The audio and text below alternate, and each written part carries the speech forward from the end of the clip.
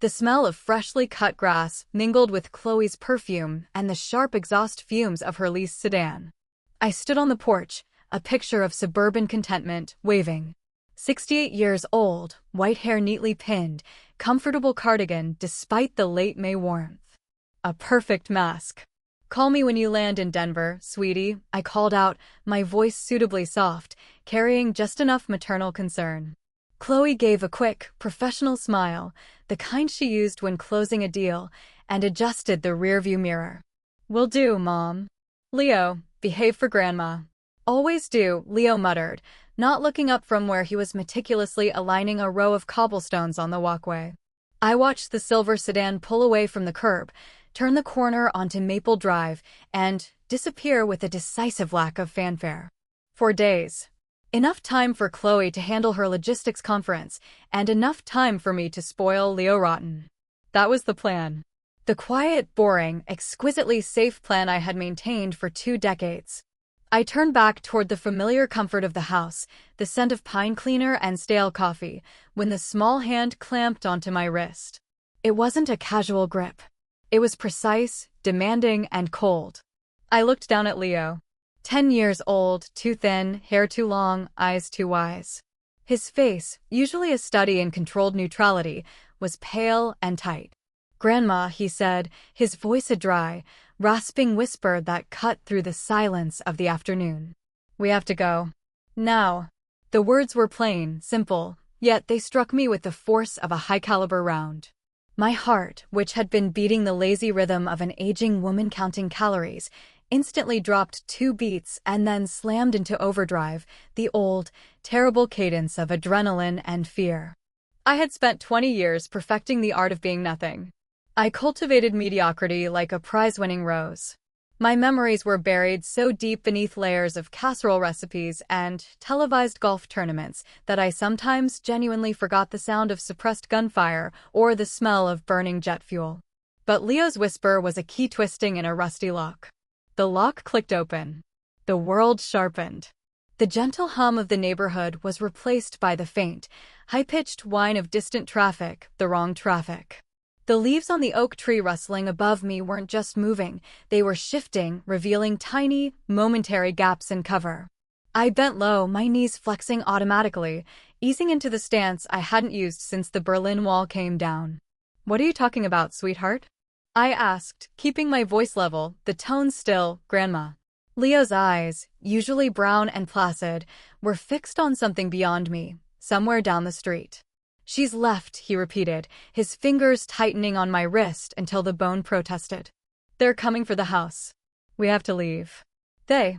He didn't say who, but he didn't have to. My mind ran a systems check. 20 years of false peace disintegrated in 3 seconds. Adrenaline, check. Motor skills, check. Evasion protocols, Protocol 5, initialized. I didn't argue. I didn't ask how he knew. Leo was meticulous, often silent, possessed of an unnerving peripheral awareness I had long suspected he inherited not from Chloe, but from me.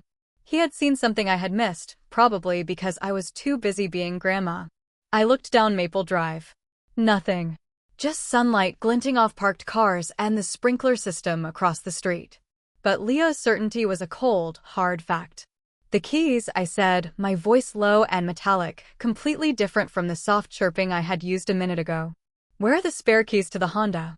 "In the blue ceramic bowl by the entryway," he whispered, his eyes still scanning. "The blue one, under the postcard from Vegas." He knew my hiding spots, the ones I thought were innocuous. The ones Chloe knew about. I released a breath I hadn't realized I was holding. This was it. The moment I had lived in dread of, yet secretly prepared for, every single morning for 20 years. "All right, Leo," I said, pulling him gently but firmly toward the side door leading directly into the garage. I didn't look back at the carefully curated space, the needlepoint, the bookshelf full of harmless mysteries, the framed photos of Chloe's graduation. That life was already ash. "You grab the backpack by the workbench," I instructed, already reaching for the keypad I had installed years ago, not for the garage door, but for the lock on the internal utility room. As I input the sequence, a sequence I hadn't used since 1999, I felt a strange sense of exhilaration mixed with profound regret. My retirement was over. And that's when everything changed. The air in the garage was thick with the scent of motor oil, damp concrete, and gasoline. It was a utilitarian space, but for me, it was the emergency room.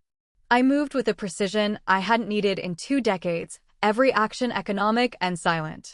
Leo was already at the heavy wooden workbench, retrieving the faded blue camping backpack I'd insisted he keep stocked for hiking emergencies. He was a quick study. I headed straight for the storage wall, a set of cheap metal shelving units bowing slightly under the weight of canned goods, ancient paint cans, and bulk paper towels. To anyone else, it was suburban clutter. To me, it was the facade for the vault. My hands went directly to the third shelf, where I kept the jars of home-canned dill pickles. My signature dish, Chloe called them. I lifted 3 specific jars, one labeled 1999, one 2005, and one blank. My fingers pressed simultaneously on 3 discrete points hidden beneath the shelf liner. A faint, almost musical thunk sounded deep within the drywall. The entire 3 by 4 foot section of shelving slid out 3 inches, grinding lightly against the concrete floor. Behind it was a cool, dark recess lined with steel plate. "Leo," I murmured, not looking away from the opening. "Stand by the door. Listen for engines that aren't idling. Anything that stops within 2 blocks." He nodded once, already positioned, his eyes glued to the crack beneath the door. No complaints, no childish questions. Just immediate compliance. That terrified me more than any suspicious car. I reached into the void. My fingers found the familiar textures. First, the cash, $5,000 in used 20s and 100s, bundled with a rubber band. Not enough to disappear forever, but enough to move quickly across state lines without using plastics.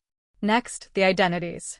2 sets of laminated cards and passports, slightly curled at the edges from years of disuse. The names were harmless, generic: Alice Thorne, resident of upstate Maine; Dorothy Vance, retired librarian from Oregon. Both had extensive backstories memorized years ago. I tucked them into the inside pocket of my cardigan. Finally, the key. It was a heavy, silver Zippo lighter, ornate and slightly gaudy, purchased in a Budapest flea market 25 years ago. It felt cold in my hand. It was the only thing I truly needed. It wasn't just a lighter. It was encrypted storage, a thumb drive hardened against any conventional scanner, and the key to the deepest part of my hidden life. The insurance. "Ready, Grandma?" Leo asked, his voice still tightly controlled. I closed the vault with a firm push. The shelving unit snapped back into place, sealing 20 years of secrets behind pickles and paper towels. "Ready, Leo," I confirmed, pocketing the lighter. "Talk to me. What did you see?"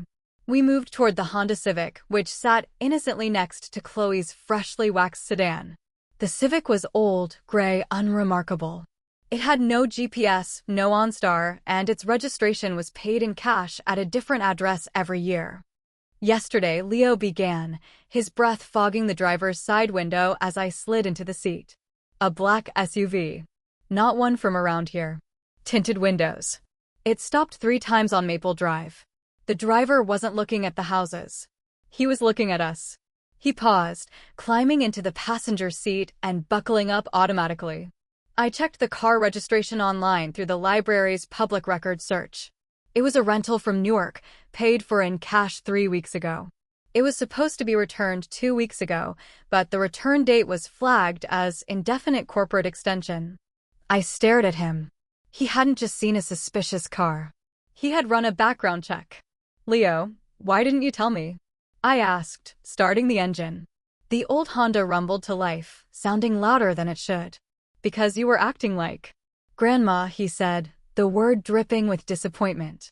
"And because Mom was acting strange." My fingers tightened on the steering wheel. "Strange how?" "She made 3 calls yesterday, all from the garden, never using her cell. She was using the old, analog cordless phone. And this morning, she kissed me goodbye and whispered, 'Be good and remember the rules.'" My stomach twisted. Chloe didn't know the rules. Not the real ones. Did she say anything else? I pressed, pulling the car slowly backward. She looked tired. And she kept moving a picture frame on the mantel. The one with us at the beach. It was out of place. I put it back this morning. The picture frame. That wasn't just tired behavior. That was a sign. A designated signal used only by the agency's old guard to indicate compromise or immediate danger. Chloe must have stumbled onto something, or someone had used her to get to me. She was a non-combatant, but now she was the trigger. I didn't pull out onto Maple Drive. I swung the Civic around the back of the garage, through the meticulously manicured rose bushes, crushing them under the tires, and onto the narrow, gravel access road that abutted the neighbor's property line, the road Chloe didn't even know existed. We hit the main artery 5 minutes later. Suburbia gave way to the interstate. As we sped away, blending instantly into the Friday afternoon traffic heading toward the city, I pulled my old flip phone out of the console. I had kept it charged and dormant for 15 years. I activated it. The screen lit up with a single, urgent message from a number I didn't recognize. They know about the code. I immediately crushed the phone under the heel of my boot, scattering plastic and lithium dust across the floor mat. I knew who they were. And if they were talking about the code, they were talking about Marcus Vance. The first rule of running was invisibility. The second rule was never to stop running. The third, and most critical, was to burn your bridges, all of them. We drove south, aiming away from the density of New England and toward the anonymity of the Appalachian Corridor. The old Honda, bless its reliable heart, droned along the highway, indistinguishable from a million other commuting boxes. I had always known this day might come, but I had envisioned it differently, a sudden knock, a late-night flash of light. Not a whisper from my grandson, followed by an immediate, silent understanding. I scanned the rearview mirror constantly, my eyes trained to ignore patterns and find anomalies. Every dark sedan, every van changing lanes too aggressively, registered as a threat and was quickly dismissed only if it failed a second, closer examination. "Pull over, Grandma," Leo instructed suddenly, about 40 miles outside Harrisburg, Pennsylvania. I glanced at him. He was looking at the side of the road, where a small, almost invisible reflective sticker was affixed to a highway exit signpost. "Why, Leo?" "That sticker," he said, pointing. "It's the same shape as the one I saw on our mailbox this morning. I thought it was just junk mail residue, but it looked too clean." My breath hitched. My mailbox. My perfectly innocent, beige mailbox. I had been scanned and marked. I hadn't seen the sticker, but Leo had registered its presence and shape. "Where's the sticker now?" I asked, my voice flat. I didn't touch it, but I memorized the pattern. It's a small, stylized V with a crossbar through the middle. V. Vance. Marcus Vance. I pushed the Honda harder, exiting the highway and plunging immediately onto a secondary road that sliced through farmland. The smell of fertilizer and hay was a welcome change from the exhaust fumes. "Good job, Leo," I said, focusing on maintaining exactly the speed limit. "Next time, tell me immediately." "Next time, I hope there isn't one," he replied quietly, leaning his head against the glass. He wasn't crying, but his 10-year-old shoulders were carrying the weight of far too much knowledge. I had to contact Chloe. The anonymous text had confirmed my fears. She was either compromised or unwittingly used to lead them to me. But calling her cell would be suicide. Any tower she pinged would be monitored. I found a desolate gas station, the kind where the pumps look older than the attendant. I paid for 5 gallons in exact change, using one of the 20s from the stash. "Stay in the car, windows up. If anyone approaches and asks if you're Dorothy, shake your head and pretend to fall asleep," I instructed Leo. I walked stiffly to the payphone mounted near the oil-stained restrooms. Payphones were wonderful, archaic, untraceable, beautifully inefficient. I dialed Chloe's business number, memorized years ago. I used the standard business code for internal logistics priority, which, if she was free, she would answer personally. It rang once, twice. On the third ring, a synthesized female voice answered, "Thank you for calling Omni Logistics. All lines are busy. Please leave a detailed message." Too clean. Too quick. She was in a controlled environment, or they had routed her line.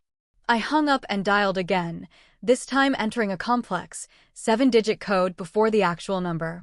This was the panic sequence, a protocol designed to force a human override of the automated message if the recipient was under duress and unable to speak.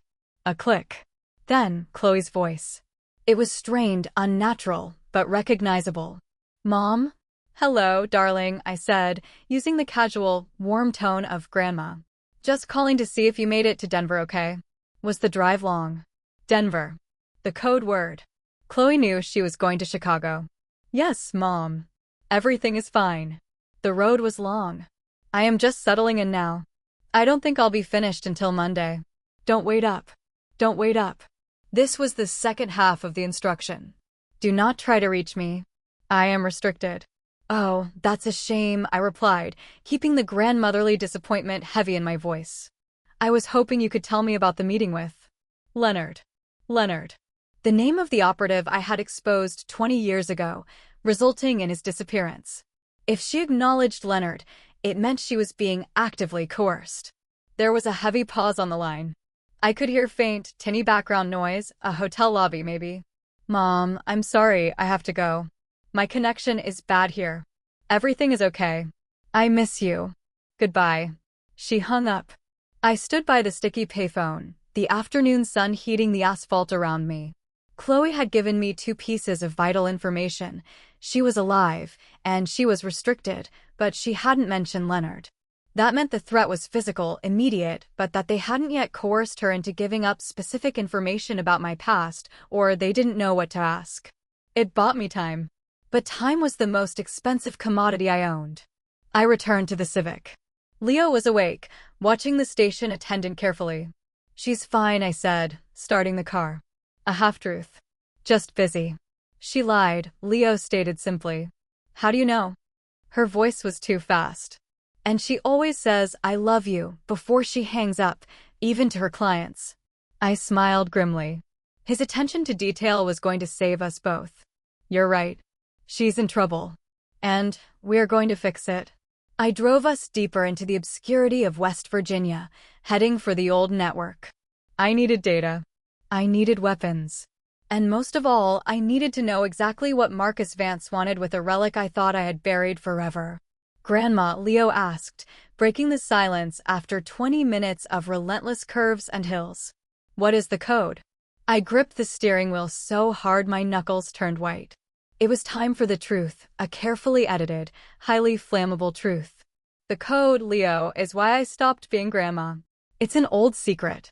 A dangerous secret. And it's something I swore I would never let anyone find." I reached into my pocket and pulled out the ornate, silver Zippo lighter. I pressed a tiny, nearly microscopic indent on the base. The flint will popped up, revealing a small, glowing LED. "This," I whispered, holding the lighter up to the harsh light of the setting sun, "is the key to the code. And it's why they want us dead." West Virginia swallowed us whole. The roads became ribbons of cracked asphalt draped over steep, forested hillsides. The green was overwhelming, a wall of foliage that offered both perfect cover and suffocating isolation. Every small town we passed through looked identical, a faded convenience store, a few abandoned coal trucks, and the overwhelming feeling that we were miles from anywhere civilizing. I found a place called the Bluebird Motel, just outside a town whose name I couldn't pronounce. It was the kind of place where the mattresses sagged and the odor of stale cigarette smoke had seeped permanently into the cheap polyester bedspreads. Perfect. Nobody looked twice at a lone grandmother and her quiet grandson checking in with cash. I paid for the night and immediately set about fortifying the room.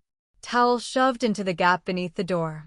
The tiny safety chain reinforced with a small, sharpened wedge of wood I carved from a plastic coffee stirrer. I checked the exterior windows. They faced a thick, thorny embankment. No immediate entry point. "Unpack the backpack, Leo," I instructed, pulling the heavy curtains shut, eliminating the last vestige of the dying sunlight. "Anything noisy, put it in the sink. Everything else goes under the pillow." While Leo efficiently organized their small cache of supplies, water bottles, granola bars, a first aid kit, and 2 changes of clothes, I focused on the Zippo. The heavy, silver lighter felt alien in my hand, an artifact from a lifetime I had systematically denied. I sat on the edge of the bed and inserted the miniature USB end, visible only after activating the internal mechanism, into the aging laptop I carried in the trunk. It was a refurbished model running an open-source OS, scrubbed clean weekly. The laptop chimed softly, recognizing the device. A splash screen appeared, demanding a passphrase. Access code, the Nightingale's last song. I typed the passphrase, a line of poetry known only to a handful of agents from my generation, and pressed enter. The screen flickered, demanding a biometric input. I placed my right thumb on the embedded scanner of the Zippo. A low, buzzing sound. Access granted. The file that opened was stark, a single, heavily encrypted text document labeled Project Chimera, Vance Legacy. Don't look directly at the screen, Leo, I warned, shielding the glare with my body. I started sifting through the data. It wasn't the code itself, but the metadata surrounding it, a list of coordinates, dates, and highly specialized code names. Most of the names were crossed out, marked with deceased or compromised. The code, I knew, wasn't a physical key or a missile launch sequence. It was far more valuable and far less tangible. It was the digital skeleton key to a vast network of offshore accounts, identities, and, most damningly, proof of illegal covert operations authorized by figures now holding high office. It was the ultimate digital dirt, insurance that the agents involved would never be left to hang.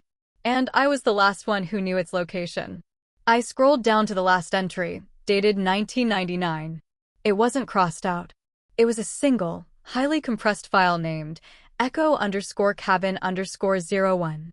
Coordinates: 34.1129 degrees north, 81.3397 degrees west, South Carolina. Columbia area. Well, I murmured, leaning back, the springs of the cheap motel bed groaning under my weight. The destination is set. What is that place, Grandma? Leo asked, his voice low. It's a storage facility, Leo. A very old one. The last known location of the code. I looked at the coordinates, then back at the Vance signature on the mailbox. Marcus wasn't just chasing the code for profit. He was chasing it for revenge and perhaps to clear his own name. Marcus.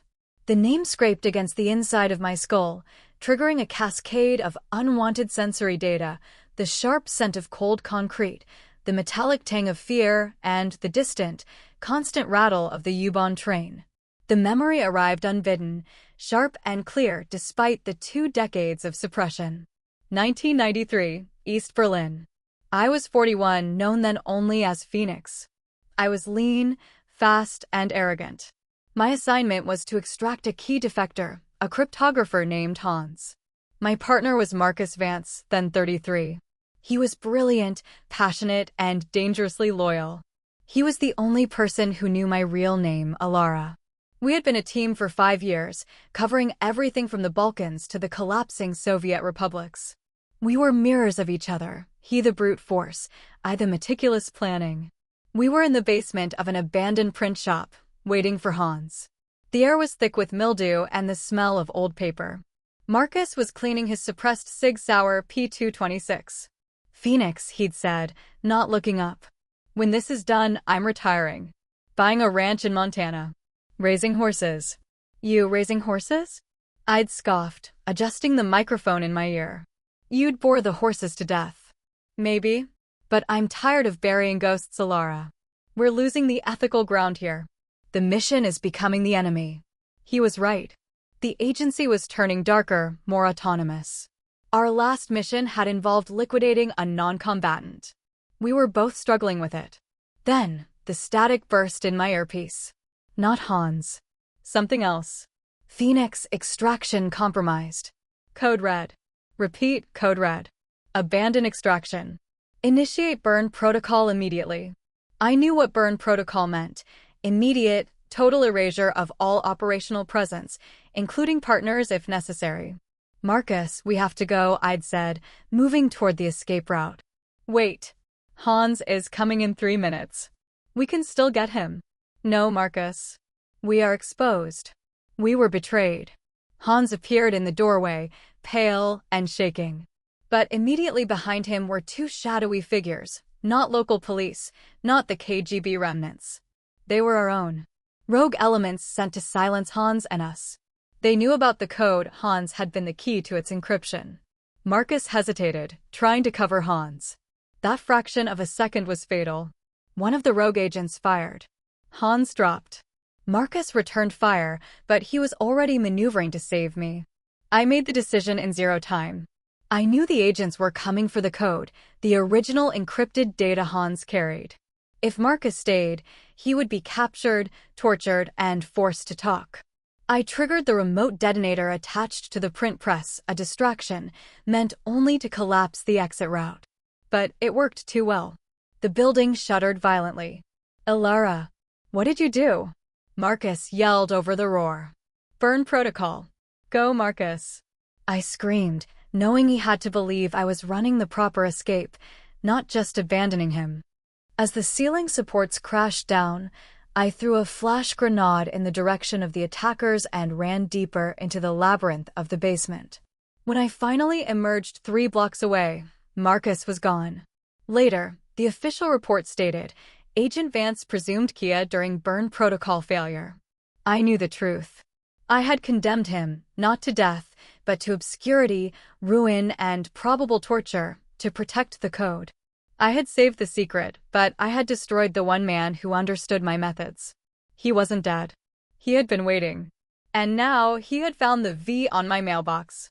I shook the memory away, my vision blurring slightly. The bitter truth was that I had loved Marcus, in the way only two people who share the same constant risk can. That love was now fueling his sophisticated, patient hunt. I looked at the coordinates on the screen. South Carolina. "Get some sleep, Leo," I said, rubbing the tension from my neck. "We drive again at 0400. And wear your darkest clothes." "Will he be there?"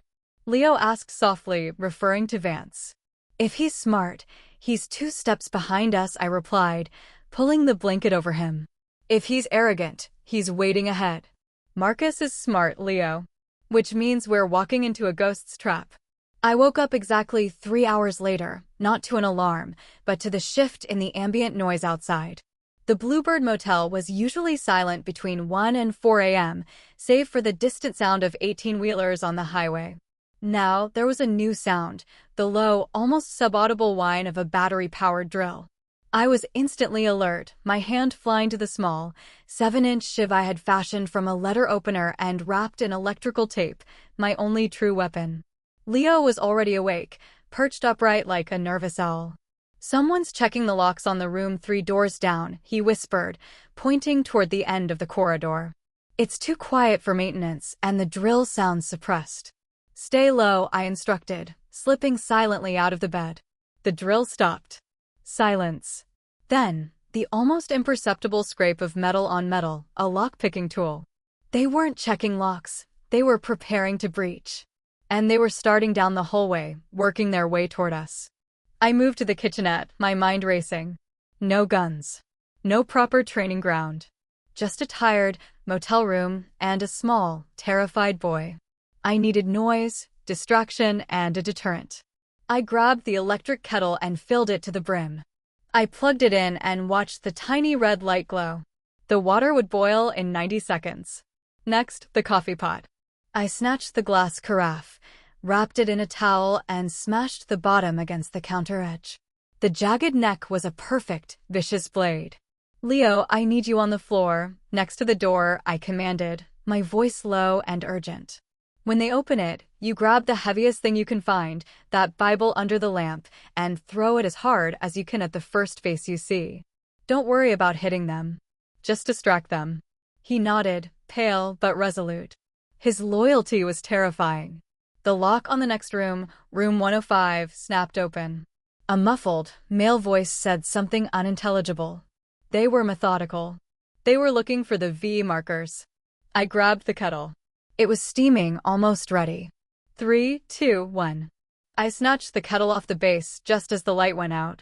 They had cut the external power to the building. Total darkness. The drill noise had been a distraction for the power cut. Amateur hour, but effective. I stood pressed against the door jamb, the jagged coffee pot blade held in my left hand, the scalding kettle in my right. I could hear their breathing now, heavy and impatient. They were outside room 106. Our room. Click. The lock mechanism ground open. The door swung inward slowly. I saw two large shapes silhouetted against the faint moonlight filtering in from the parking lot. They were dressed in cheap, dark clothes, obviously trying to look like tourists, but their movements were too coordinated. Low-level muscle. Vance hadn't sent his best. Arrogance. The first man, hulking and slow, stepped into the room, raising a heavy flashlight. "Dorothy," he growled, using my assumed identity. That was all the warning I needed. I swung the kettle in a high arc, aiming not for his face, but for his chest, pulling the trigger on the steam release. A geyser of near-boiling water and steam erupted, catching the man squarely. A guttural, choked scream filled the room. He stumbled back, dropping the heavy flashlight, which clattered on the floor and rolled under the bed. The second man, quicker and leaner, reacted instantly, lunging forward. "Now, Leo." The heavy, gilded Gideon Bible, a surprising amount of dense paper, flew across the room, catching the second man squarely on the side of the head. It wasn't enough to knock him out, but it bought me another crucial half-second. The first man was writhing, clutching his chest. I didn't hesitate. I dropped the empty kettle and drove the glass shard forward, not like a stab, but like a quick, practiced slice, catching the man's exposed forearm, severing tendons and deep muscle.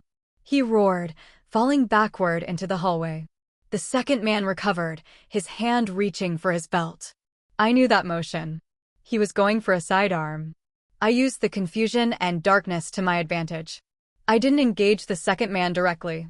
Instead, I drove my shoulder into the heavy door, slamming it shut with full force, catching the second operative's extending arm against the doorframe.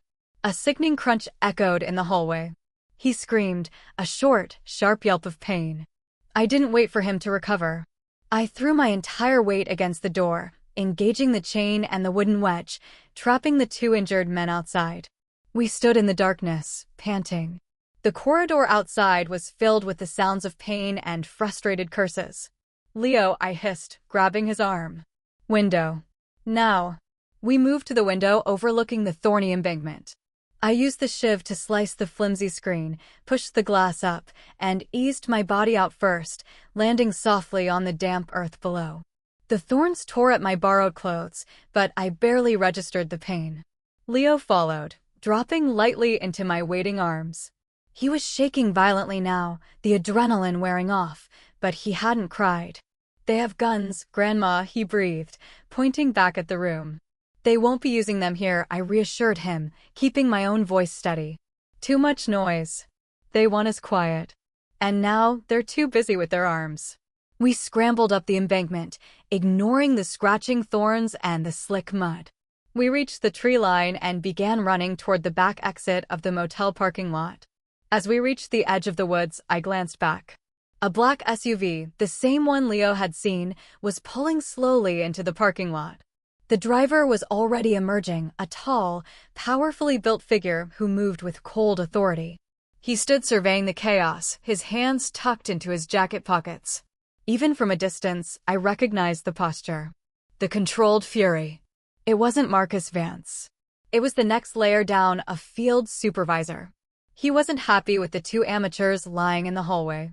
"We have to move faster," I muttered, pulling Leo into the concealing shadows of the forest. I needed to disappear completely. And for that, I needed new skin.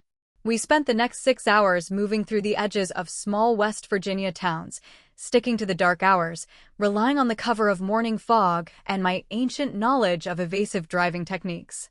The old Civic was a blessing and a curse. Reliable, yes, but its license plate was now firmly in Vance's system. "We need to change our profile," I told Leo as we pulled into the anonymous parking lot of a 24-hour superstore 40 miles west of the motel debacle. The sun was just beginning to burn off the mist. We walked in looking like an exhausted grandmother and her preteen grandson on an early morning road trip. We walked out 20 minutes later looking like a middle-aged, unremarkable tourist couple, me in a shapeless, dark blue tracksuit and a baseball cap, Leo in sunglasses and a generic hoodie. We bought burner phones, prepaid minutes, a cheap backpack filled with bottled water, and a paper map of the contiguous United States. Everything was paid for in cash. Back in the car, parked in the furthest corner of the vast lot, I opened the plastic bag containing the identities I'd retrieved from the vault. "From now on, Leo, you're Robert Vance." "And I am Dorothy Vance," I said, handing him the laminated school ID and a slightly fuzzy passport photo. "Vance?" he questioned, his brow furrowing. "Isn't that the name of the man hunting us?" "Precisely," I confirmed, pulling the baseball cap lower over my eyes. "It's common enough to be untraceable, and if anyone asks, we're husband and wife, visiting family. It's camouflage. The biggest mistakes people make when running are trying to look like nobody. You have to look like somebody, but the wrong somebody." I studied my reflection in the side mirror. The cap, the lack of makeup, the tired lines around my mouth, I looked exactly like millions of other weary travelers crossing the country. Dorothy Vance, retired librarian from Oregon. "Safe." "Grandma," Leo began, placing the fake ID carefully in his pocket. "Those men last night. Did you kill them?" The question was blunt, coming without judgment, only curiosity. I looked at his eyes, wide, clear, desperate for a clean answer. "No," I said firmly. "I injured them badly enough so they couldn't follow. They'll live, but they'll be slow." Killing them would have escalated the situation too quickly and drawn immediate police attention. We can't afford police. Why not? Because the people who want the code are very good at manipulating law enforcement. If we go to the police, we risk walking into Vance's arms. We fight this alone, Leo. That is the first rule of survival. Rely on no one but yourself and your partner. I handed him one of the new phones. "This phone," I explained, "is only for incoming calls from one specific number. It will be off unless we are expecting that call. You are in charge of guarding it. If it rings, you bring it to me immediately. Do you understand?" "Yes." We drove to a different town and abandoned the Civic in a long-term parking lot at a regional airport, leaving the keys hidden under the floor mat. We walked 2 miles to a bus depot, where I purchased tickets for 2 separate, small-town buses heading generally south. We broke the journey twice, paying cash for short hops, intentionally obscuring our final destination with layers of meaningless transit data. I had time to consider my mistakes at the motel. I had underestimated Vance's ability to find me, and I had foolishly assumed my own caution was enough. He was using my own protocols against me. The V sticker was a cruel piece of personalized psychological warfare. I leaned my head against the cold bus window, watching the landscape blur. I felt a deep, sickening guilt about Chloe. She was being held because of my past, yet I couldn't move to save her until I had neutralized the threat, the code. "Do you trust me, Leo?" I asked, the question escaping me before I could stop it. He turned, the afternoon light glinting off his oversized sunglasses. "Yes, Grandma," he said without hesitation. "You didn't let them catch us. And you didn't panic when the light went out. Good. Because what comes next will be harder. We're going to see a ghost of my own, Leo. A very grumpy ghost." Our final bus dropped us in Aiken, South Carolina, a town heavy with the scent of jasmine and old money. From there, we rented an ancient pickup truck with a standard transmission, paid for by the hour at a dusty garage near the train tracks.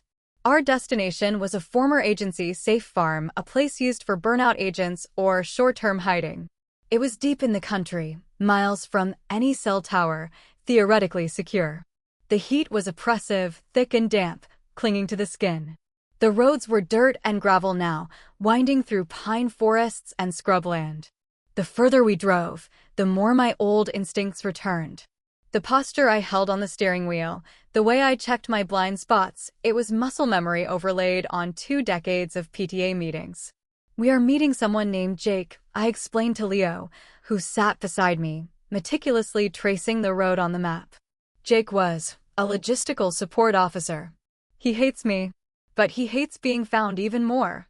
"Why does he hate you?" "Because I quit," I said honestly. "And when you quit, you leave the others to carry the weight. And because I left him with a certain mess 20 years ago. It's complicated, Leo. Just remember, He is paranoid, he is armed, and he doesn't want us there. So why are we going? Because he has resources we can't buy. He has the network still installed, the deep web archive access, secure satellite comms, and the tools we need to crack the encryption on the code.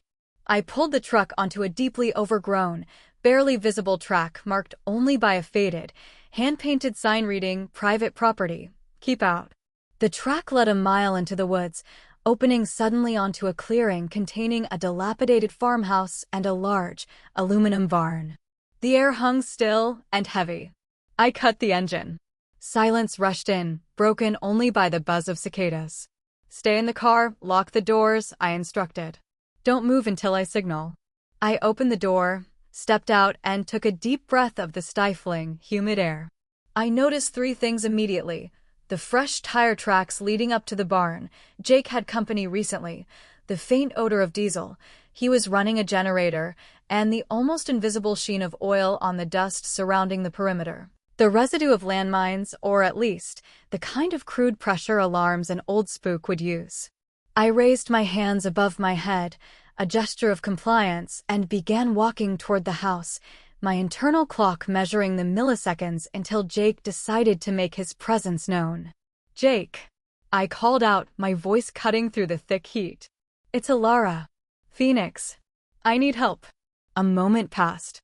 Then, from the shadowed porch of the house, a short, heavily bearded man emerged, carrying a double-barreled shotgun pointed squarely at my chest. He looked 50, but his eyes were ancient, weary, hostile, and utterly unsurprised. "Alara," Jake said, his voice a low, gravelly growl. "You always did have rotten timing. You've brought the fire, haven't you?" 10. Jake was a study in functional decay.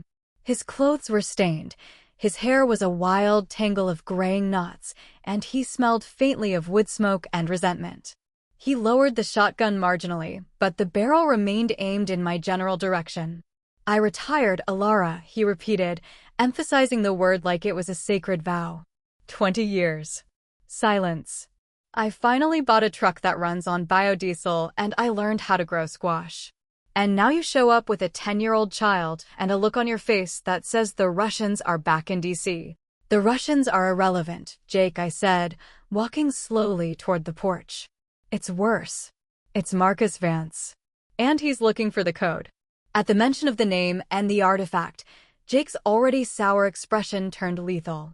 He looked past me toward the truck, where Leo sat rigidly. "Is that your son?" "My grandson. His mother, my daughter, Chloe, is being held as leverage. Vance found me, Jake. He's closing the loop." Jake sighed, a sound of profound world weariness. He rubbed his face with a greasy hand. "You left me holding the bag, Alara. When you initiated burn protocol, I was the one who had to scrub the entire European network. I burned aliases for 3 years straight, running on fumes, just to keep the whole thing from collapsing. I know," I admitted, my voice stripped of pride. "And I am sorry. But if Vance gets the code, it won't just collapse your life, Jake.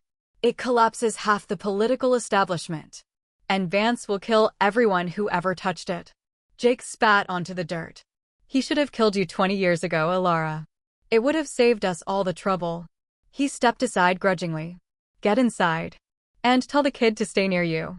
If he wanders into the perimeter, my dogs won't be friendly." The farmhouse interior was dusty, dark, and crammed with high-tech salvage that contrasted sharply with the rustic setting. Old tube monitors, antenna wires, and heavy server racks hummed quietly in the corner, powered by the diesel generator. This was Jake's digital bunker. "What do you need?" Jake asked, tossing me a bottle of lukewarm water. "Access. The code itself is hidden, but the key is encrypted," I said, pulling out the silver Zippo lighter. "I need to get through the final layer of encryption. I need deep archive access to confirm the location and the current status of the asset." Jake examined the lighter, his expert fingers finding the seams and hidden ports instantly. Classy. Still using toys from the 90s. He led us to a small, windowless back room filled with computers. He placed the Zippo into a custom-built reader. "This is going to take time," Jake warned, firing up a bank of humming processors. I have to cross-reference the key against known agency ciphers, and then I have to run a brute force decryption on the last 3 layers. Even with my rig, it's 6 hours minimum. I nodded. 6 hours of standing still, exposed. It felt like 6 years. Leo found a quiet corner behind a stack of hard drives and sat down, drawing in the dust with his finger. He wasn't bored, he was observing. I spent the next hour mapping out Vance's probable route and his resources. Jake confirmed my suspicions. Vance wasn't just working for revenge. He was running a high-end private security firm, essentially a mercenary group staffed by disgruntled ex-agency personnel. They had deep pockets and state-of-the-art surveillance. He's been looking for this for years, Alara, Jake murmured, watching the data scroll across the screen. He thinks the code is the proof of the conspiracy you and I know is real. He wants to expose the whole damned thing. He wants to be the hero, I corrected bitterly. But he's just a man consumed by pride. And he has my daughter. For hours passed. The air in the bunker grew heavy with heat and the smell of ozone.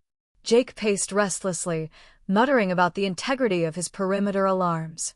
Alara, he suddenly announced, turning away from the screens. Something's wrong. What is it? Not the code. The perimeter.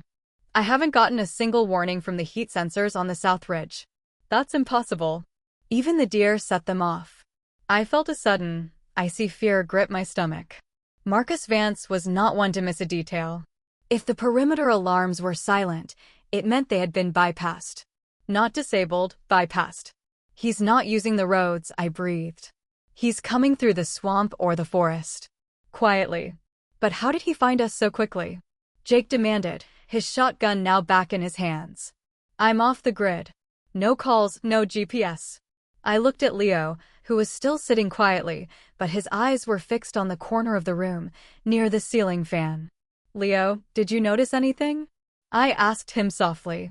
Leo slowly raised his hand and pointed not at the ceiling fan, but at the power strip plugged into the wall, the one powering the entire computer rig. When you plugged in the laptop at the motel, Grandma, Leo said, his voice small, the battery indicator flickered blue, then green. It shouldn't have done that. It was searching for a signal. My blood ran cold. The refurbished laptop. I had scrubbed the operating system, but I hadn't physically disassembled the hardware. The modem, Jake gasped, slapping his head. A dormant GPS chip. Installed by the vendor. Activated remotely when the machine was switched on. Alara, you've been pinging our location for the last 12 hours. The sound of an impact outside, a heavy, muffled thud, ripped through the room. They're here, Jake whispered, his face white. We're boxed in. The sudden danger injected an incredible focus into the room. Jake, shaking off his fear, slammed a heavy steel door shut, locking us into the computer room. They'll cut the power, he yelled. We have maybe 2 minutes before they breach this door. The decryption bar on the screen was at 92%. We were agonizingly close. I rushed to the screens. Leo, come here. Look at this. The output was a cascade of random numbers and symbols, the final layer of encryption.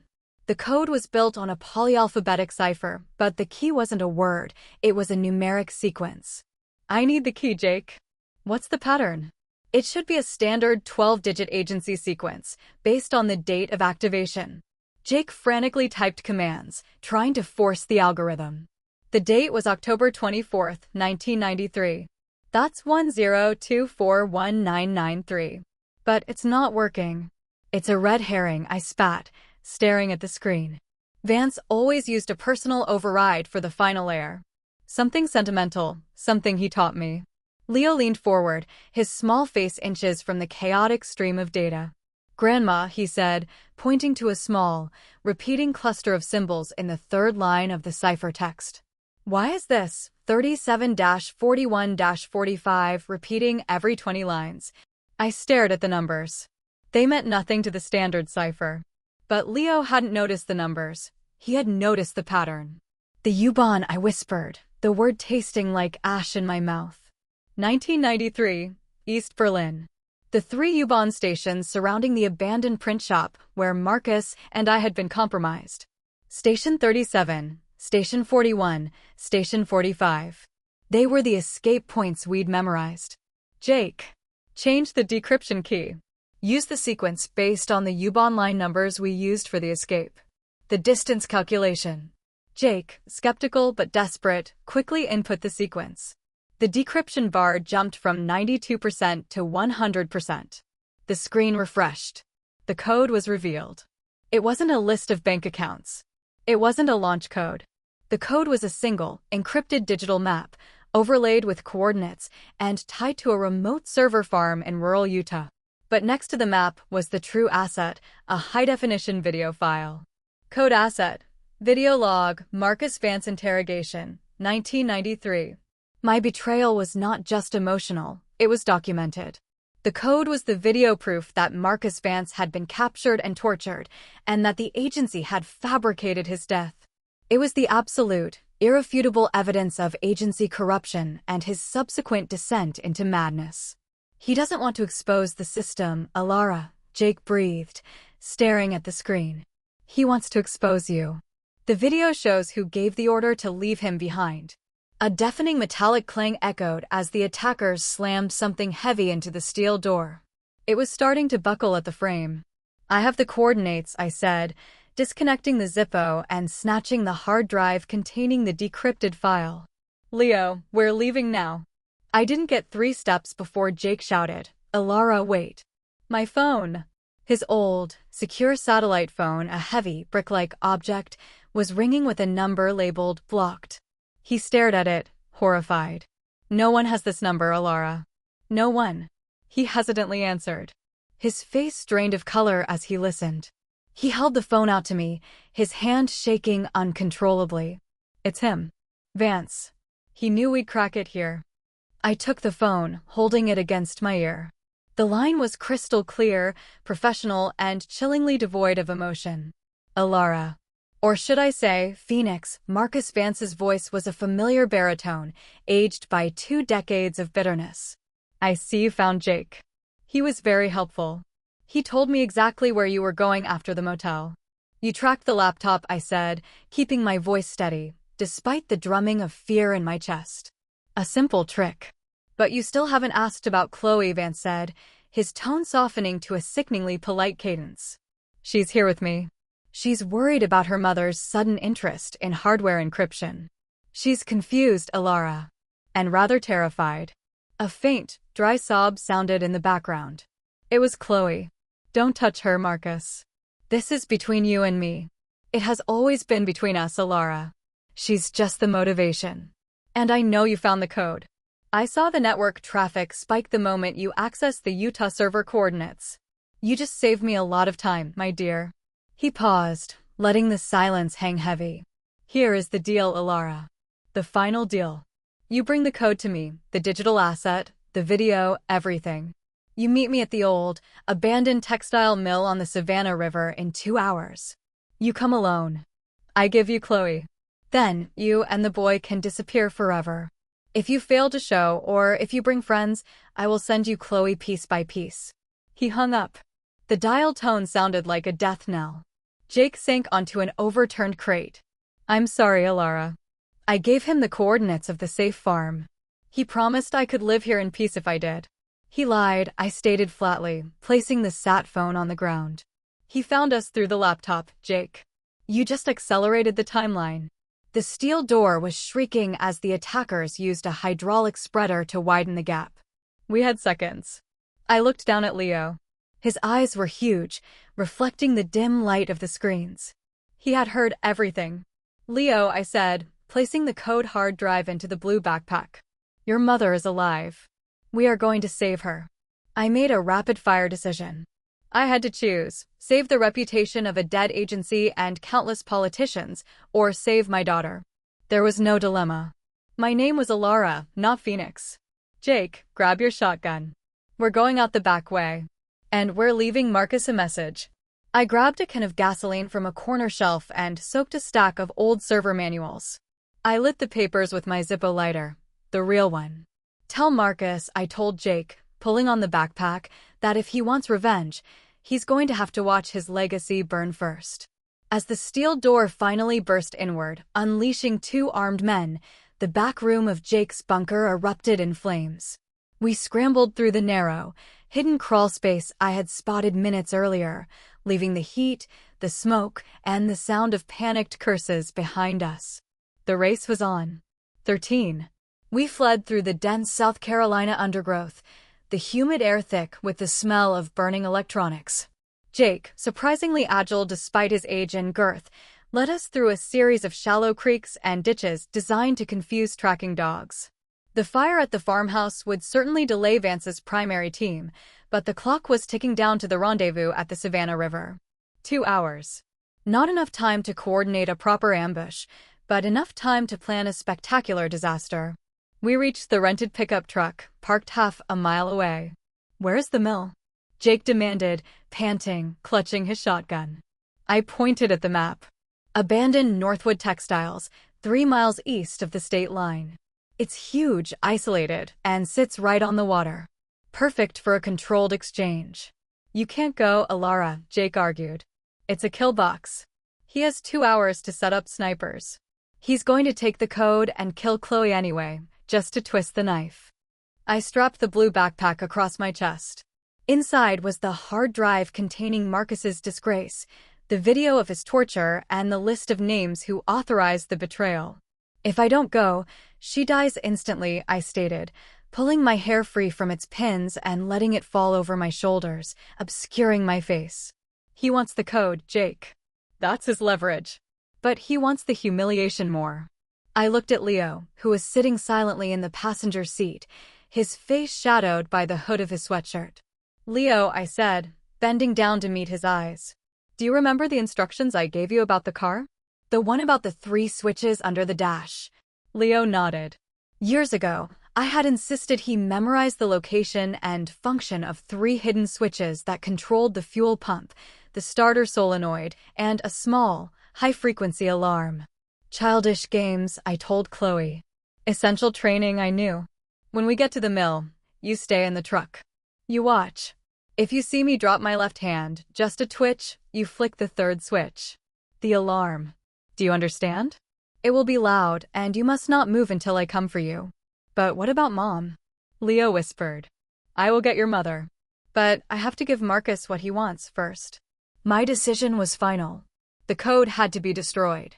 Its existence was the threat, and I could not allow it to be used by Vance, nor return to the shadows that created it. I had been given a choice between the abstract duty to a corrupt system and the tangible love for my daughter. The choice was clear. I would save Chloe, and I would burn the code, even if it meant my death. "Jake," I said, looking at him. "You stay here. You keep watch. If we don't return in 45 minutes after the exchange, you disappear. You burn this farm and run." Jake looked defeated. "He'll hunt me for the rest of my life." "Then start running now," I said, putting the truck in gear. "I'm going to finish this." The textile mill was a monster of red brick and broken windows, looming over the muddy, sluggish Savannah River. It was surrounded by overgrown concrete, the ghosts of industry, and, I surmised, at least 3 of Vance's highly trained operatives. I parked the pickup truck 200 yards from the main entrance, pulling it into the dense shadows of an old oak tree. "Time check, Leo. 1 hour and 20 minutes left, Grandma." "Good. Stay low. Remember the signal." I looked at him one last time. He gave me a weak, brave smile. He was no longer just a boy. He was my spotter, my anchor, and my final insurance policy. I retrieved the hard drive and walked toward the mill. My footsteps crunched on the gravel, the only sound apart from the river flowing nearby. I kept my hands visible, open, and slightly away from my body, inviting observation. The heavy, steel main door of the mill was open just enough to allow entry. "Marcus," I called out. "I'm here." "I'm alone." I paused, waiting for the expected countersignals. Nothing. Only the hollow echo of my own voice. I stepped inside. The air was cold, damp, and smelled strongly of rust and stagnant water.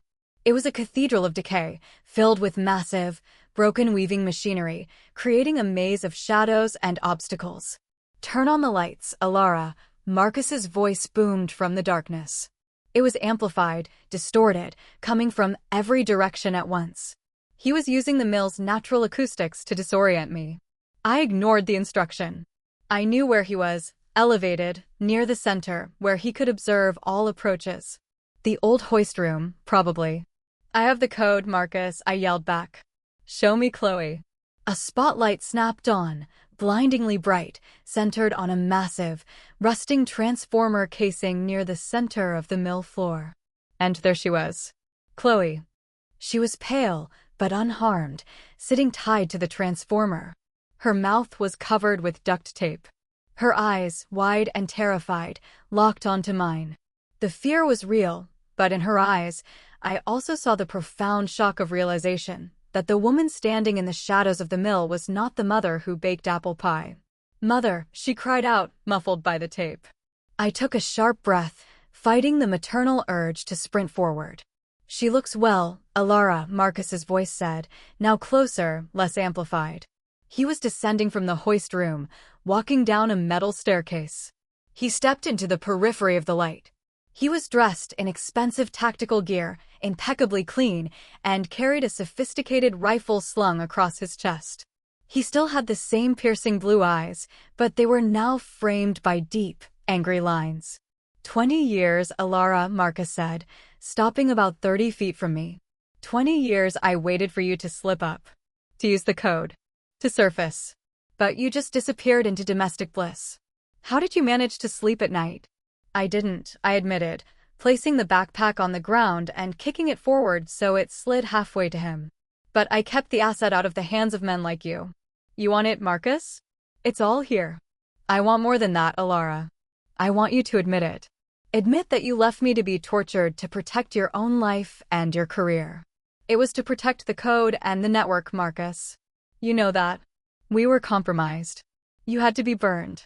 He laughed a dry, horrible sound. The network. The same network that left you scrubbing toilets for 20 years? No, Alara. You saved yourself. And now you will pay the price. He raised his hand. 2 figures emerged from the shadows near Chloe. They weren't holding guns, they were carrying specialized tools. You'll give me the code, Alara, then you'll tell me exactly where your grandson is, the little genius who knows how to spot a remote tracker. And then, I will make you watch as I dismantle your daughter, starting with her fingers. I felt a surge of cold, focused fury. He had crossed the line. No, Marcus, I said, my voice quiet, but carrying clearly in the vast space. The code is yours. But the boy stays out of this. And you're not touching my daughter. He grinned, an ugly, triumphant flash of teeth. You don't set the terms anymore, Phoenix. I do. He started walking toward the backpack, his attention momentarily diverted by his prize. This was the moment. The final action. I took a deep breath. I subtly lowered my left hand, letting it hang limp at my side for a single, visible second. Then I raised it again. Marcus was now standing over the backpack, ready to pick it up. That's when the mill exploded with sound. Leo had activated the 3rd switch. The specialized, high-frequency alarm, designed originally to deter wildlife from agency perimeter fences, was focused and directed, creating an agonizing shriek that immediately overloaded the senses. The sound was unbearable, rattling the vast windows of the mill. Marcus Vance and his 2 operatives immediately dropped their weapons and clutched their ears, their bodies paralyzed by the auditory assault. Vance, the most disciplined, managed to stay upright, but his rifle clattered to the floor. I used the noise as my shield. Years of training had conditioned me to filter high-frequency noise. It was painful, but manageable. I sprinted toward the transformer. Marcus recovered first, shouting incoherently over the shriek. He saw me moving toward Chloe and reacted instantly, tackling me from the side. We hit the concrete floor hard. The backpack with the code skidded away.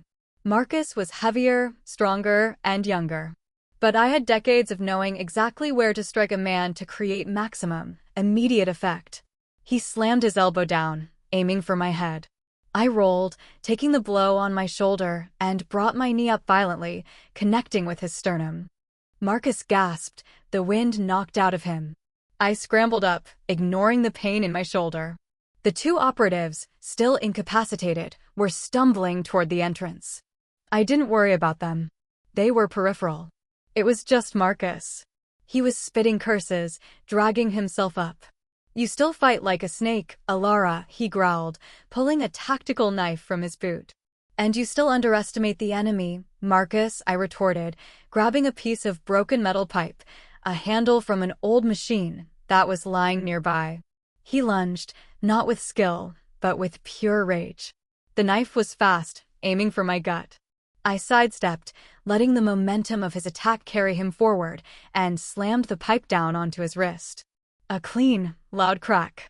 Marcus screamed, truly screamed this time, releasing the knife. I pressed the attack, using the pipe to keep him at bay, forcing him back toward the transformer where Chloe was tied. "This is what you became, Marcus," I yelled, driving the pipe at him again. "A bitter, broken man. You burned yourself, not me." His eyes locked onto the code backpack, lying tantalizingly close to Chloe. He lunged past me, desperate for the final prize. "It's mine. It's my life."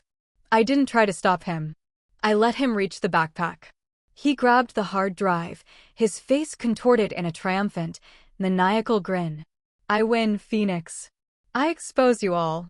Do you, Marcus?" I whispered, grabbing a discarded coil of heavy electrical wire from the transformer casing. I didn't fight him physically again. I used my environment. I noticed the thick, insulated wire that connected the rusted transformer to the wall, a remnant of the mill's power system. I threw the end of the electrical wire I held onto the ground, just behind Marcus's feet. Then, with sudden, terrifying speed, I grabbed the pipe and struck the connection box on the transformer casing, shattering the old circuit breaker. The building plunged into darkness, the only light the faint moonlight filtering through the dusty windows. The high-frequency alarm, still shrieking from the car, suddenly gained a partner, the explosive sizzle of high voltage arcing across the damp concrete floor. The severed wires of the old transformer connected with the wet metal dust on the floor. Marcus, standing directly on the damp ground, was now the unintended conductor for the residual charge. He convulsed, dropping the code hard drive. He didn't scream this time. He made a dry, horrible choking sound as the voltage coursed through him. I waited until his body stopped twitching and he slumped heavily against the transformer. He wasn't dead, but he was neutralized, fried by the weapon of the mill itself. I rushed to Chloe, my hands working feverishly to pull the duct tape from her mouth and cut the restraints. "Mom, what?" Chloe gasped, tears streaming down her face, the sound of the alarm still assaulting us. "Later, sweetheart. Now we run." I pulled her free. She stumbled, leaning heavily against me, still reeling from the shock and the noise. I looked down at the code hard drive. I didn't pick it up.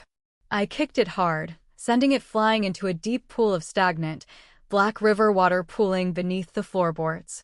"Let the river swallow Vance's legacy." "Leo!" I screamed into the noise, pulling Chloe toward the exit. "Turn it off. Now!" The piercing alarm cut out instantly. The silence was absolute, heavy, and profound.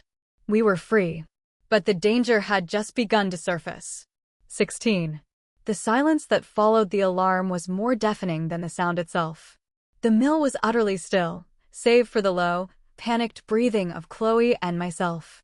I didn't look back at Marcus. I knew he was incapacitated, but his operatives, the two who had stumbled toward the exit, might have recovered. I couldn't risk lingering. "Can you walk, Chloe?" I asked, my voice hoarse. Yes.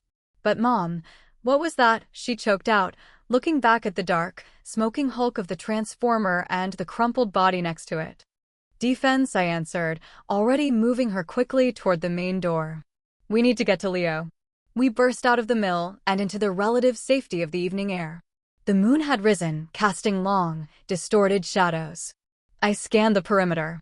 No movement. Vance's team was likely regrouping or perhaps tending to their ringing eardrums. Leo was exactly where I had left him, huddled in the pickup truck, his face tear-streaked, but his eyes fixed on the mill. The moment he saw us, he flung the door open and sprinted toward us. "Mom! Grandma!" The reunion was immediate and fierce, a tangle of limbs and gasping relief. For a brief moment, I was simply Alara, the mother and grandmother, embracing her scared family. "You were so brave, Leo," I murmured, pressing his head against my chest. "I heard the sizzling," he whispered back, shivering. I pulled them both into the truck. Chloe was still trying to process the events, her gaze flicking from my dirty, blood-stained clothes to the massive mill looming behind us. "We have to go," I said, starting the engine. "But the men," Chloe protested weakly. "Shouldn't we call the police?" "That man, he's hurt." "The police are not an option, Chloe. That man is an agent of the state, or rather, what's left of it. And if we call the police, we put ourselves directly back into the crosshairs." I pulled the truck onto the road, driving slowly at first, then accelerating rapidly away from the mill. As we put distance between ourselves and the scene of the chaos, I drove us to a small, abandoned roadside tavern 10 miles away. I needed to know if we were clean, and I needed to talk to Chloe. We sat in the dusty booth of the tavern, the single light from a nearby street lamp illuminating the space. "Tell me everything," Chloe finally demanded, her voice firm despite the residual shock. "Who are you, Mom? And what was that code?" I looked at my daughter. She was a woman of logic and spreadsheets. I couldn't give her the whole truth, the lies, the assassinations, the moral compromises. I gave her the necessary truth. I was an agent, Chloe. A very long time ago. My job was to protect national assets. The code was the biggest one, a massive collection of proof of illegal operations. I was supposed to destroy it, but I used it as leverage to escape, to disappear, and to have you. The business trip, she realized suddenly. Was that a coincidence? No, I admitted. Vance must have been watching me for months. When you left, he used your absence to make his move. He knew I wouldn't leave Leo unprotected. He used you to force my hand. But why was I whispering about the rules? Chloe asked, confused. I didn't know anything. You did know one thing, I said, reaching into the backpack and pulling out the Zippo. This lighter. I gave it to you 2 weeks ago, and I told you it was a good luck charm for your trip. Chloe looked at the silver metal in my hand, stunned. It was a transmitter, Chloe, I explained. It broadcasted a silent, high-frequency signal. Vance would have tracked that, thinking it was the code. You were the decoy. I knew he would prioritize the pursuit of the asset, not the immediate capture of the leverage. A slow understanding dawned in her eyes, mixed with a chilling realization. You planned for me to be captured? I planned for you to be used as bait, Chloe, I corrected gently. I had to ensure that when he took you, he believed he had the main prize, not the spare. It bought me the time I needed to lead him into the mill. She recoiled slightly, the sheer coldness of the strategy momentarily overwhelming her love. I'm sorry, I said, reaching for her hand. But if I had told you, you would have been a terrible actress. Your fear tonight was real, Chloe. It saved your life. She was silent for a long time, looking from my face to Leo's. Then, she let out a profound, shaky sigh. I've been living with a ghost, she murmured. But at least my ghost is fighting for me. We drove for hours, heading west now, away from the coastal corridors and toward the interior of the continent. Sometime around dawn, after crossing the Mississippi River, I stopped at a deserted rest stop. Chloe was asleep, her head resting on Leo's shoulder. Leo, despite the exhaustion, was meticulously cleaning the dirt from the sole of his shoe. I checked the burner phones. Nothing. No alerts, no news reports, no sign that anyone was looking for us. Vance's team was disciplined enough to clean up the mess at the mill, keeping the incident off the radar. I took the True Code hard drive, the one I had not thrown into the river. The drive I had been carrying was a simple, wiped decoy. The real code was secured in a complex, multi-layered compartment hidden in the truck's spare tire well. I had retrieved it before we left. I sat on a concrete bench under the gray sky, holding the drive. It represented political ruin, global chaos, and, if used correctly, tremendous leverage. But it was also the source of my lifelong fear and Marcus's madness. I walked over to a nearby dumpster, the large, rusty kind used by maintenance crews. I pulled out a heavy pipe wrench I had bought hours earlier. I looked at the drive one last time. Phoenix. The name whispered in the wind. The agent would have kept it. the mother would destroy it. I placed the drive on the concrete, raised the wrench high, and brought it down with all the strength of 2 decades of repressed fear and anger. Crunch. I struck it again. And again. Until the hard drive was nothing more than shattered circuit boards and unrecognizable metal shards. The release was instantaneous and total. The code was gone. The threat was neutralized. I was finally truly retired. I walked back to the truck. Chloe was awake, watching me. "What did you do, Mom?" "I destroyed the past, Chloe," I said, getting back behind the wheel. "It can never be used again." We drove on. The immediate threat was gone, but the repercussions were just beginning. We were fugitives, now more than ever, because Vance's organization would assume I still had the code. I looked at Chloe and Leo. They needed safety, not a life on the run. 3 days later, we reached Albuquerque, New Mexico.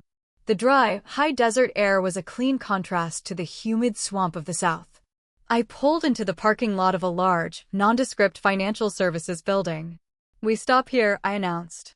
Chloe knew immediately what was happening. Her face tightened. "We can't stay together, Chloe," I explained, pulling a thick envelope from my bag. "They know your face, and they know your connection to me. If I stay with you, I bring the lingering danger. If you leave, you can start clean." The envelope contained a new identity for her, a meticulously crafted, multi-layered identity I had prepared years ago, funded by the last of my legitimate savings. New social security number, new credit cards, new history. And enough cash to vanish for a year. "You are going to take Leo," I continued, my voice thick with the only tears I had permitted myself to shed in days. "You are going to drive north to Oregon, establish yourself in the Willamette Valley. You will never contact me. You will never tell anyone about this week. You will never, under any circumstances, search for me." "Mom, I can't." "You must," I interrupted, placing my hand over hers. "This is my final mission, Chloe. To ensure your safety. If they find you, they find me. If you're safe, I can finally rest." She looked at the documentation, then at me. "Who will you be?" "Nobody," I said, leaning in for a final embrace. The hug was the deepest, most honest connection we had ever shared. "I will be fine. I am built for this." Leo watched us, his usual neutrality finally cracking. "Grandma, don't leave," he pleaded, grabbing my arm. I gently knelt down to his level. "Leo, you're going to protect your mother. You have to be strong for her like you were strong for me in the mill. You are the guardian now." I paused, then pulled the second, clean, encrypted phone from my jacket. "Keep this with you. Do not turn it on. If you ever, truly ever, need me, if your life is in absolute danger, you will send one single text to the number listed. Just the number 37. I will know what it means. And I will find you." I kissed them both one last time.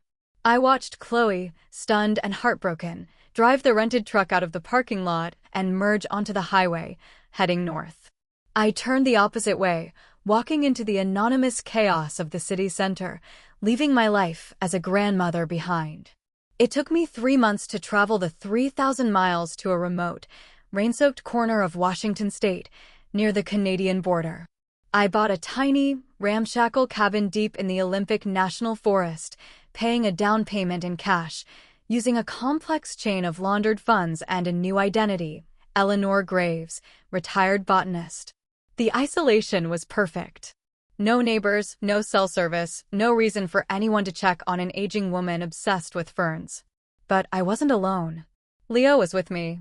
When Chloe had driven away, I had hidden in the back seat of the truck. 5 miles out of Albuquerque, I had knocked on the back window. Chloe had stopped, furious and confused. "I can't take him, Mom. He's too smart, too connected to my lie. They will find him, and they will use him to find you." I had only looked at Leo, who had silently climbed out of the truck and walked to my side. "I belong with you, Grandma," he had declared. "I know the rules now." Chloe, realizing I had engineered the entire exchange knowing Leo would choose me, finally relented, her eyes filled with sorrow and a strange, new respect. So, here we were. Eleanor and Leo. Life settled into a routine of paranoia and domesticity. We baked bread. We filtered rainwater. We maintained the perimeter. I taught Leo everything. Knot tying, tracking, basic cryptography, first aid for knife wounds. It was his homework. He learned faster than any trainee I had ever encountered. He didn't see it as trauma, he saw it as mastery. One afternoon, sitting by the crackling wood stove, Leo was working on a complex substitution cipher, using the rotation of the moon phases as the key. "Grandma," he said, not looking up. "Why did you choose the name Eleanor Graves?" "It was a forgotten name," I said, stirring the soup. "A tribute to a character in a book I read once." "No," Leo corrected gently. "Eleanor was your mother's middle name. And Graves, that's where you thought you'd buried your past." I froze, the wooden spoon suspended in the air. He saw things I didn't even know I was revealing. I smiled, a genuine, warm smile free of the mask of Alara Reed. "You're right, Leo. Now, what's the next step in the Vigenère cipher?" A year passed. The cabin smelled of pine sap, homemade jam, and gun oil. I had found a fragile piece. My hands, once trained to kill, were now equally skilled at tending a small vegetable garden. I was Alara, the grandmother, who just happened to teach her grandson how to field strip a rifle blindfolded. One evening, we sat on the porch roof, watching the sun sink behind the massive cedar trees. "Grandma, I found a micro-tracker yesterday," Leo announced casually, looking through his newly acquired, high-powered night vision binoculars. "Hidden in the tail light of the generator shed." I didn't flinch. "Good job. Was it active?" "No.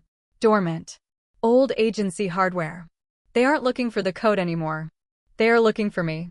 He was right. The code was gone.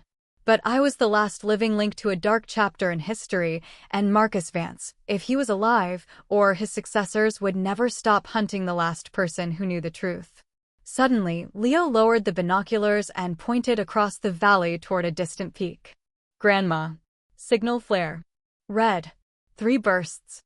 I knew that signal. It wasn't Vance. It was the old network. A signal I thought I'd erased decades ago. Someone was trying to contact Phoenix. I reached into my pocket and pulled out the clean, encrypted burner phone, the one Leo carried for emergencies. I hadn't destroyed it. The phone vibrated softly. An incoming text message. Not the number 37. Not Chloe. Just 3 words from a number I didn't recognize. "The nightingale sings." The nightingale. Jake. He hadn't just disappeared. He was back in the game, and he was calling me back too. I looked at the text message, then at the distant red flare. The game was not over. It would never be over. I put the phone away. I reached out and squeezed Leo's shoulder. He looked at me, his eyes reflecting the setting sun and the strange, enduring light of shared destiny. He didn't need to ask what the signal meant. "They're coming, aren't they?" he asked, not with fear, but with anticipation. "Yes, sweetheart," I admitted, standing up, the weight of my past settling comfortably onto my shoulders. "They are. But they don't know the rules of engagement yet." I walked to the edge of the roof, the forest stretching out vast and silent before us. I was no longer a frightened fugitive. I was Alara Reed, the retired grandmother. And I was Phoenix, the ghost they couldn't catch. I smiled, a fierce, old smile that felt like the return of a forgotten friend.